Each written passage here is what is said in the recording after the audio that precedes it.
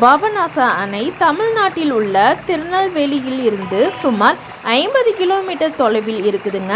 இது திருநெல்வேலி மாவட்டத்தின் ஒரு முக்கிய அணையாகும். இந்த அணையில் 143 அடி வரை நீரை தேக்க இயலும். அணையின் கொள்ளளவு பார்த்திங்கன்னா 5500 மில்லியன் கன அடி. பாபநாசா அணையில் சேகரிக்கப்படும் நீரை பயன்படுத்தி மின்சாரம் தயாரிக்கப்படுகின்றன. இங்கு 21,000 கிலோவாட் மின் சக்தியை உண்டாக்கக்கூடிய முதல் பகுதி 1944ஆம் ஆண்டு முதல் செயல்படுகிறது.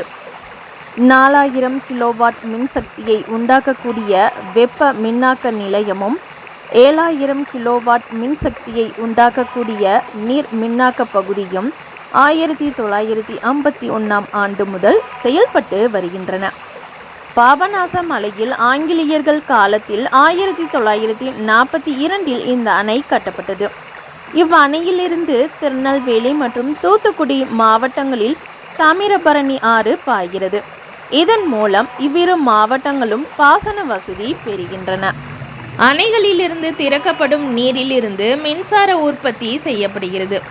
350 கன அடி நீரிலிருந்து 1 யூனிட் முதல் 8 மெகாவாட் மின்சார உற்பத்தி செய்யலாம்.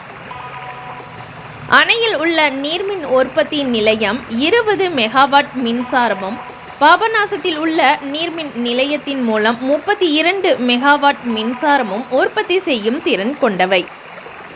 இப்போது அணைகளிலிருந்து வினாடிக்கு 1004 கன அடி தண்ணீரில் திறந்துவிடப்படுகிறது. இதனால் உற்பத்தி நிலையத்தின் மூலம் 20 மெகாவாட் மின்சாரமும், பாபநாச உற்பத்தி நிலையத்தில் 3 யூனிட் முதல் 24 மெகாவாட் மின்சாரமும் உற்பத்தி செய்யப்படுகிறது. பாபநாசா அணையின் நீர்பிடிப்பு பகுதிகளில் 2 நாட்களாக கனமழை பெய்ததால் சுமார் 5000 கன அடி தண்ணீர் வந்தது. ஆனால் நேற்று பிற்பகலில் இருந்து மழை பெய்யவில்லை. இதனால் இன்று காலை நிலவரத்தின்படி வினாடிக்கு 1940 கன அடி நீர் அந்த அணைக்கு வருகிறது. 143 அடி கொண்ட பாபநாச அணை நீர்மட்டம் இன்று 1 அடி உயர்ந்துள்ளது.